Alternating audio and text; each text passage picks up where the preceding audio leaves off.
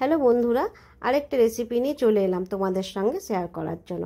দেখো, আমি white chicken বানাচ্ছি, হোয়াইট চিজি চিকেন বলতে পারো। দেখো, এখানে 2 চামচ দই নিয়েছি, 1 চামচ ভিনেগার নিলাম, 1 বড় চামচের 1 চামচ গোলমরিচ গুঁড়ো দিয়ে ভালো করে ম্যারিনেট করে 5-6 ঘন্টা একটু ফ্রিজের মধ্যে রেখে দেবো। আর রেখে দিয়ে তারপরে দেখো 5-6 ঘন্টা রাখা হয়ে গেছে। এবার দেখো আমি ফ্রাই প্যানে তেল একটু সামান্য সাদা তেল দিয়ে তার বাটার দিয়েছি, যাতে বাটারটা না পুড়ে যায়, ওই জন্য তেলটা দেওয়া। দেখো, তারপরে আমি এখানে গ্রেট করা রসুন দিয়ে দিয়েছি, তার মধ্যে পেঁয়াজও কুচি কুচি করা কেটে দিয়ে দিলাম। এবার স্বাদ মতো নুন দেবো, নুন দিয়ে এটাকে একটু ভাজবো। ভেজে দেখো স্বাদ মতো নুন পড়ে গেল, পরে এবার একটু দেখো যে যে চিকেনটা আমি ম্যারিনেট করে রেখেছিলাম সেটাও এখানে অ্যাড করে দিলাম। এবার এটাকে ভালো করে ভাজবো। ভাজার আগে একটু লঙ্কার গুঁড়ি দেবো, লঙ্কার গুঁড়ি দিলে একটু টেস্টি লাগবে, কালারটা একটু ভালো লাগবে। তো দেখো লঙ্কা গুঁড়ি দিয়ে দিলাম, দিয়ে ব্যাস এবার ঢেকে দেবো। ঢেকে দিয়ে চিকেনের জলটা বেরিয়ে যাবে, তারপরে শুকনো করে নেবো একদম। শুকনো করার আগে একটু গরম মশলাও দেবো। দেখো বলতে বলতে গরম মশলাও দিয়ে দিলাম।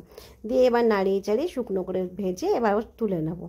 তুলে নিয়ে তারপরে আমি এখানে হোয়াইট সস বানাবো। তো হোয়াইট সস বানাতে তো রসুন তো লাগেই। দেখো এখানে আমি একটু তেল দিয়ে আবার বাটার দিয়ে দিলাম। হোয়াইট সসের মেন হলো বাটার।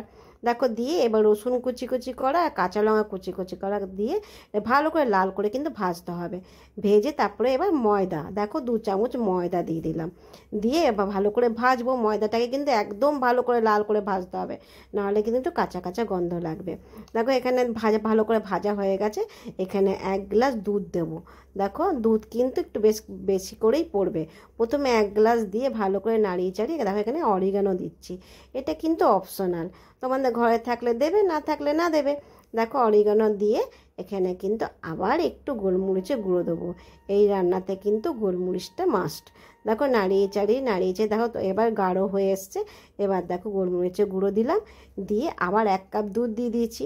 দিয়ে এখানে চিজ দেবো, স্লাইস চিজ দেবো। আমার ঘরে স্লাইস চিজ আছে, সেটাই আমি ইউজ করব এটাতে। দেখো এখানে হয়ে গেছে। এবার স্লাইস চিজগুলো দিয়ে দিলাম, 4টের মতন দেবো। দিয়ে তারপরে নাড়িয়ে চাড়িয়ে যে চিকেনটা ভেজে রেখেছিলাম সেই চিকেনটাও অ্যাড করে ভালো করে নাড়িয়ে চাড়িয়ে নামিয়ে দেবো। ব্যাস, তাহলেই আমার হোয়াইট চিজি চিকেন রেডি। একদম রেস্টুরেন্টকে ফেল করে দেবে। একবার ঘরে বানিয়ে দেখো, আর ভালো লাগলে লাইক করো, শেয়ার করো।